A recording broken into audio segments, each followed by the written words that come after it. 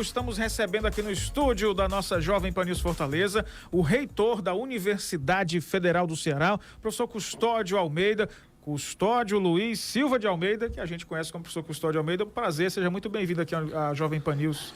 Também é um grande prazer estar de volta, quase que 2 anos depois. O senhor veio aqui no começo da sua gestão, não foi? Exatamente. Segundo semestre, início do segundo semestre de 2023. Nós estamos em setembro, 2 anos depois eu estou de volta. Que legal, sempre um prazer recebê-lo. Explica pra gente primeiro o que é um reitor de uma universidade. Talvez o público geral não compreenda o que é essa função. É como se fosse o prefeito da universidade? A palavra genérica que a gente pode usar é dirigente, o dirigente máximo. É a pessoa que responde pela instituição em última instância, né? A universidade é uma instituição com várias camadas, né, de coletivos.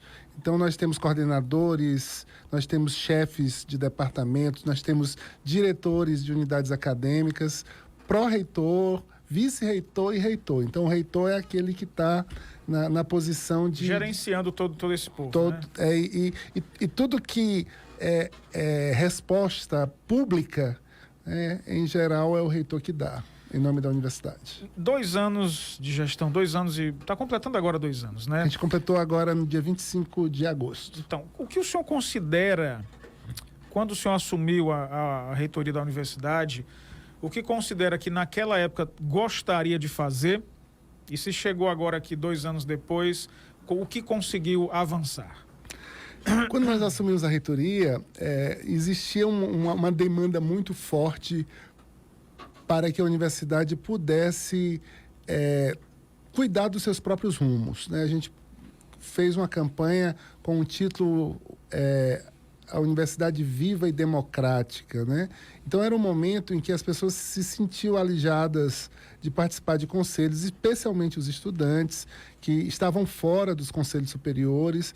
Então a grande demanda, o grande mote da nossa gestão foi restabelecer um diálogo forte com a comunidade universitária e cumprir com a comunidade um programa que tinha sido desenhado na campanha para que a gente seguisse recompondo os conselhos, criando um processo que a gente chamou de estatuinte, que é uma espécie de reforma constitucional da universidade, onde o estatuto da universidade pode ser discutido por todo mundo. Essa estatuinte foi aprovada já nos primeiros meses pelo Conselho Universitário e retomar alguns processos para nós muito caros. A gente, por exemplo, no Brasil, as universidades federais sempre foram universidades de capitais. Elas não estavam no interior do país. No século XX não existia praticamente universidade no interior, com algumas exceções, por exemplo, a Unicamp em São Paulo ou a Universidade de Campina Grande na Paraíba, né? No geral, o UFC, por exemplo, era Fortaleza. Então, no século XXI, a gente foi para o Cariri, hoje a Universidade Federal do Cariri, para Sobral, para Russas, Crateús, Quixadá, Itapajé. E esse processo exige ainda hoje de nós consolidação, né? Porque foi um acerto gigante dessa política pública que levou as universidades federais para o interior do país, porque os fluxos se inverteram. Em vez das pessoas saírem do interior para a capital, hoje a gente já vê muita gente voltando das capitais para o interior pelas oportunidades que as universidades criam nelas mesmas e no seu entorno, né? Uhum. Então, essa consolidação fazia parte do nosso plano. Então, nós estamos fortemente, eu acho que esses 2 primeiros anos, a gente já vai inaugurar várias obras importantes, né, em todos esses campi do interior. E na capital também a gente tem um processo de expansão. Então, eu diria para você assim, expansão e consolidação são 2 palavras-chave, né, que a gente usou nesses 2 anos.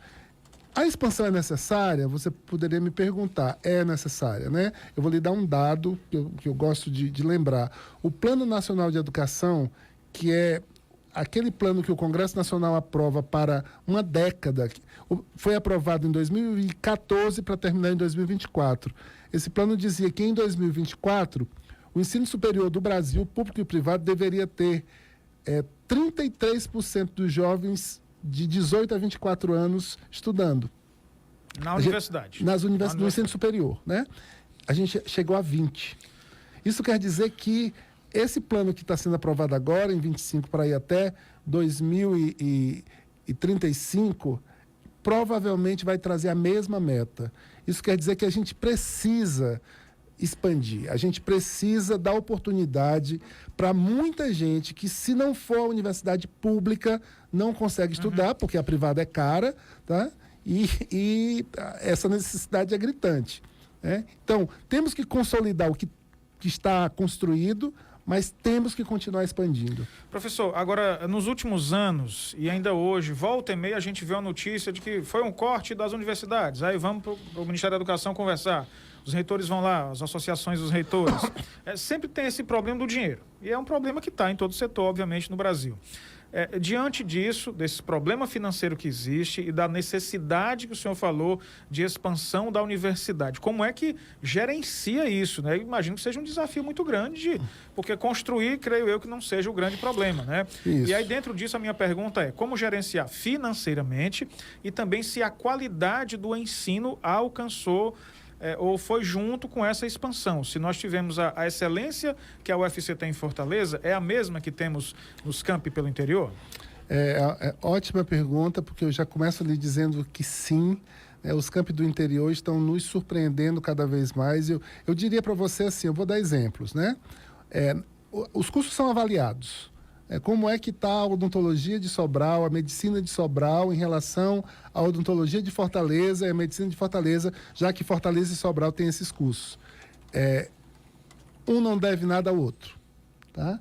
Do ponto de vista de numeração de indicadores, a odontologia de Sobral, né, está com melhores indicadores, inclusive, que a de Fortaleza. Os cursos do interior têm recebido as notas máximas, né, nas avaliações.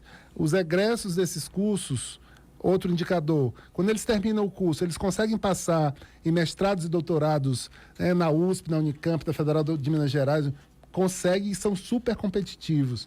Os nossos alunos egressos dos campi do interior, eles estão ocupando esses espaços de pós-graduação, estão ocupando espaços no mercado de trabalho, que já dá um campo temático na área de tecnologia da informação.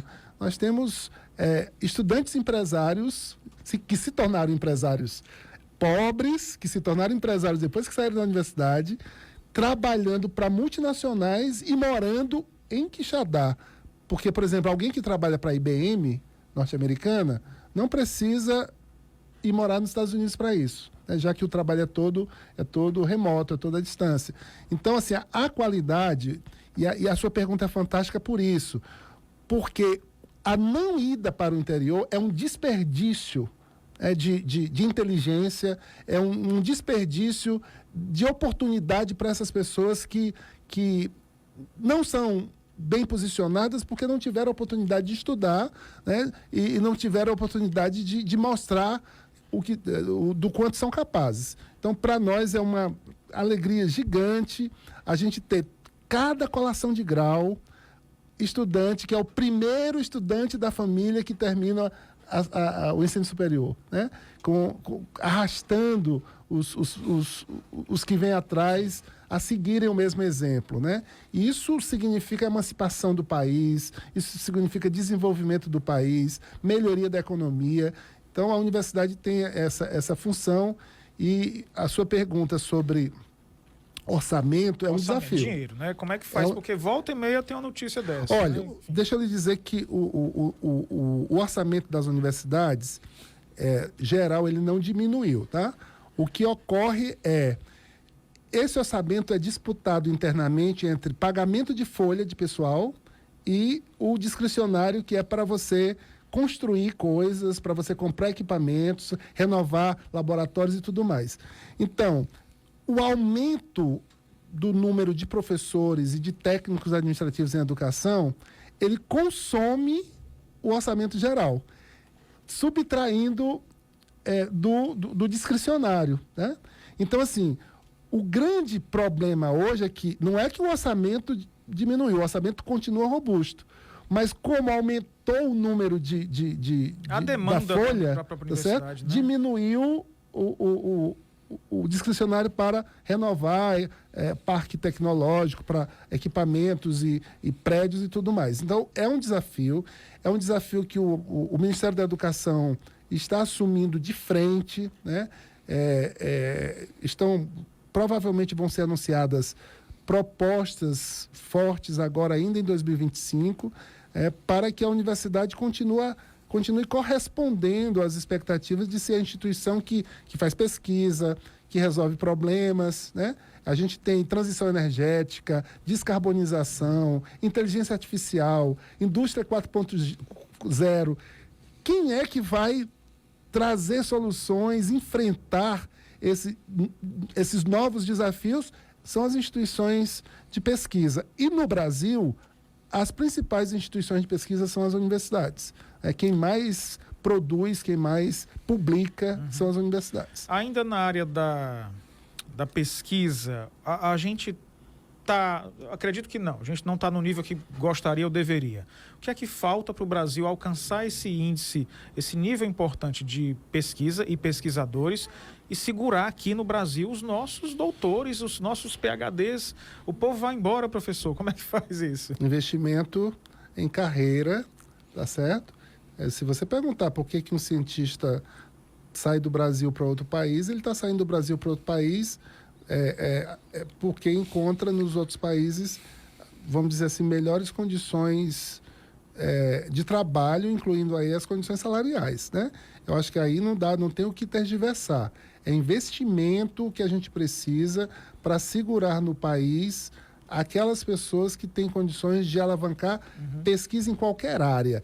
Nesse sentido, dá para dizer o seguinte: nós não devemos nada no processo de estruturação de áreas de conhecimento no Brasil. Nós temos todas as áreas de conhecimento instaladas, tá certo? O nosso problema aqui é como essas áreas de conhecimento podem ser mais e mais competitivas com os maiores centros do mundo. Sim. Tá certo? E aí, com certeza, a gente precisa de muito recurso, né? E quando eu falo de muito recurso, eu não estou falando só do governo enquanto poder executivo. Eu acho que é uma pauta para o Congresso Nacional, tá certo? Por exemplo, nós estamos dentro do arcabouço fiscal, tá certo? Isso significa que a gente tem limitação hoje para receber recurso, porque bate no teto, tá certo? Por exemplo, a saúde, felizmente, está fora, mas a educação não está fora do teto. Então, a gente precisa de soluções legislativas para avançar e conseguir, de fato, se equiparar aos grandes centros do mundo. Do ponto de vista pessoal, tá certo? Pessoal, a gente pode dizer que os pesquisadores do Brasil estão prontos para atuar em qualquer centro de pesquisa do mundo. Né? Um brasileiro pode ir para Tóquio, no Japão, para a Coreia, né? Para os Estados Unidos, para o Canadá, para a Alemanha, que ele consegue se inserir super bem. Então, a questão é garantir que essas pessoas fiquem, e essa garantia é com investimento pessoal e de infraestrutura. A gente falou aqui da interiorização ou da expansão da universidade para campos em Quixadá, em Itapajé, Sobral. Mas tem sempre um problema, né? Quando vai um curso para uma cidade, a outra fica dizendo: por que não veio para cá? Que critérios a universidade leva em conta para levar determinado curso para uma região, determinado curso para outra? As vocações da região. A gente pode dizer, por exemplo, que em Quixadá, e eles estão muito tranquilos e felizes com isso, eles querem ser um campus temático na área de tecnologia da comunicação da informação e comunicação. Por exemplo, o nosso próximo curso lá vai ser inteligência artificial, que já está programado, já tem o prédio licitado em processo de construção para receber esse curso. Então, eles têm engenharia de software, ciência da computação, áreas de segurança da informação e tal. Isso é tranquilo. Em campi que nasceram com uma diversidade de áreas, tem esse problema que você está dizendo. Por exemplo, Sobral. Sobral nós temos arte, nós temos curso de música excelente, nós temos humanidades, nós temos psicologia, nós temos saúde, odontologia e medicina, nós temos engenharia. Então, já é um campus que tem uma vocação até para ser uma nova universidade, né? Porque ele já tem um conjunto de sementes diversas plantadas, e para ser universidade você precisa dessa diversidade de áreas, né? Então, por exemplo, para responder melhor a sua pergunta, quando nós começamos a implantar o campus de Tapajé, a ideia é que ele fosse um campus temático na área de formação de professores. Então, que tivesse física, matemática, letras, pedagogia e tal. E nós retomamos esse projeto agora. Fizemos audiências públicas lá, conversamos bastante com a Câmara dos Vereadores, convencendo as pessoas que a região norte estava carente, né? Por exemplo, da região norte a gente não tem professor de física para todas as escolas. A gente não tem professor de matemática formado, licenciado em matemática em todas as escolas. Nós não temos professor de língua portuguesa formado em letras, né, em todas as escolas. Então, precisava dessas áreas de formação. Crateús tem um setor de minas, né, de minérios muito forte. Então, foi natural abrir um curso de engenharia de minas em Crateús. Tá? E, assim, há um apagão no Brasil em relação às engenharias. Né? Então, as demandas por engenharias, né, apesar desse investimento precisar crescer, porque se você faz um conjunto de obras ao mesmo tempo no Brasil, faltam engenheiros civis, elétricos, mecânicos, de produção. Então, nós temos Russas e Crateús, que foram campi que foram montados com uma vocação muito forte para as engenharias. E a computação que está em todos. A computação é geralmente uma área muito aquecida, que está em todos. Estamos recebendo aqui no estúdio da Jovem Pan News Fortaleza o reitor da Universidade Federal do Ceará, professor Custódio Almeida. Explica para a gente, professor, uma curiosidade, acho que o povo deve estar pensando, por que às vezes a gente fala campus para uma coisa no singular e campi para uma coisa no plural? Tem a ver com o idioma latim, né? Isso. Como a gente... Eu tenho esse dado, 79% das palavras da língua portuguesa vem do latim. 17% da língua portuguesa vem do grego. E o que sobra aí, vem das línguas nativas, indígenas e africanas. Então, é comum, né, que a palavra ou seja igual à do latim, ou tenha mantido alguma característica no latim. O plural de campus com U é campi. Né? Então, como quer dizer... É que a nossa mente já associou o S diretamente ao plural. Né? Tá então, o campus, os campi. Os campi. Pergunta de ouvinte, e vamos falar também sobre concurso público. Né? O ouvinte está perguntando, pode explicar por que houve um corte de 50 vigilantes no contrato da UFC? O senhor pode explicar isso e também falar sobre concurso. Vai ter um novo concurso da UFC? Eu acho que tem um edital para sair esses dias, né? Começar falando de concurso. Por sinal, nós criamos uma central de concursos e verificações agora, semana passada, no Conselho Universitário, que vai cuidar de todos os concursos internos da universidade e também vai poder fazer concursos externos, né? Quem tem algum órgão, alguma prefeitura, alguma instituição do governo que procure a universidade para fazer concurso, nós estamos com essa estrutura pronta, aprovada. Bom, em janeiro nós fizemos um concurso que ofereceu 144 vagas e mais de 20 mil pessoas inscritas, e a posse foi dada agora em julho, né, para esses 144, e obviamente tem cadastro de reserva. À medida que as pessoas vão se aposentando, a gente já vai chamando de determinadas funções, para determinadas funções.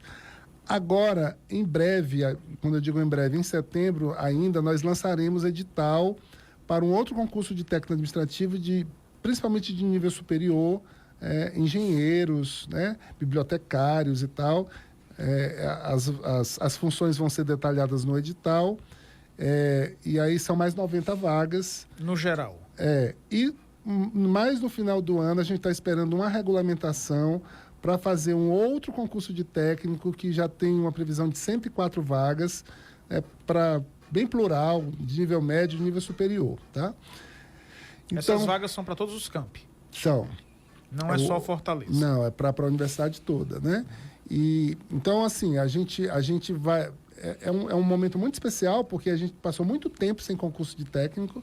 né? Então, fez esse em janeiro, há uma perspectiva da gente fazer no mínimo mais um esse ano, no mínimo, né? E se não fizer os 2 esse ano, o seguinte vai ser no início do ano. Ou seja, porque tem uma demanda aí que está precisando repor, né? Exato. A gente, né, tem aposentadorias que acontecem, né, regularmente que precisam de reposição. E quando a gente faz concurso, a gente não faz só para as vagas que estão disponíveis no momento. A gente deixa cadastro de reserva para chamar... Para uma previsão futura. Para chamar quem for, que tem validade até 2 anos, né? Bom, sobre a outra pergunta, é bom ter a oportunidade de dizer o seguinte: a universidade, nesse é o processo dinâmico de expansão, né, ela precisa pensar em metodologias de alocação dos seus terceirizados, tá certo? A gente, nesse momento, está fazendo um estudo em relação a como estão distribuídos os terceirizados que cuidam de segurança, sejam os guardas de segurança patrimonial ou porteiros, né? E essa avaliação está gerando exoneração e contratação ao mesmo tempo. Por exemplo, às vezes, a gente avalia que aquele setor que tem um vigilante, que é um tipo de contrato, não é um setor onde o vigilante está fazendo o papel de vigilante, está fazendo o papel de porteiro. Então, a gente está dispensando o vigilante e cortando o porteiro. Sobral, por exemplo, a gente está vivendo um dilema, né? Que a cidade se torna também cada vez mais difícil e tal. E a gente inaugurou o campus lá com 4 entradas diferentes, né? Há uma avaliação da Superintendência de Infraestrutura de que o campus ficará mais seguro, né, se a gente tirar 4 para 2 ou até 1, para ser uma única entrada onde a segurança seja robusta. Mas é claro que se eu tenho 4 entradas, eu preciso de postos diurnos e noturnos nas 4, né? E se eu diminuo de 4 para 1, por mais robusta que eu deixe essa uma guarita especial com câmeras e tudo mais, eu vou ter que dispensar postos que estavam... Então, o que a gente está fazendo é um ajuste de gestão, tá certo? É um ajuste de gestão para aproveitar da melhor forma possível o orçamento, né? Como eu disse, o orçamento discricionário é um orçamento que a gente tem que dar muito bem, né, para gastar bem. Então, a gente está avaliando, daqui a pouco a gente vai instalar muitas câmeras na universidade, vai criar cabines de monitoramento, e isso vai continuar mexendo com exoneração e contratação, né? Muda o tipo o perfil da pessoa que está numa cabine de monitoramento. Ela é diferente daquele que está ao ar livre fazendo a vigilância ocular, né? Então, isso é uma mudança que eu consideraria interna, tá certo? E que tem a ver com o melhor aproveitamento. Eu fiz uma notinha hoje, escrevi o melhor aproveitamento do nosso orçamento, que a gente tem que cuidar muito bem. Perfeitamente. Professor Custódio Almeida, agradeço muito sua atenção em ter vindo aqui. Imagino que o trabalho de gerir uma universidade tão grande, tão importante como a Federal do Ceará, seja um trabalho bastante exaustivo. Agradeço muito sua atenção em ter vindo aqui, pessoalmente, a sua assessoria, pela gentileza de nos atender. Muito obrigado. Foi um prazer conversar com o senhor. Também um grande prazer conversar. Muito obrigado pelas perguntas. Me chamem outras vezes. Mas, além de exaustiva, é muito prazerosa, porque a missão da universidade é uma missão para tornar as pessoas autônomas, né, e capazes de melhorar a sociedade todos os dias. Obrigado, professor.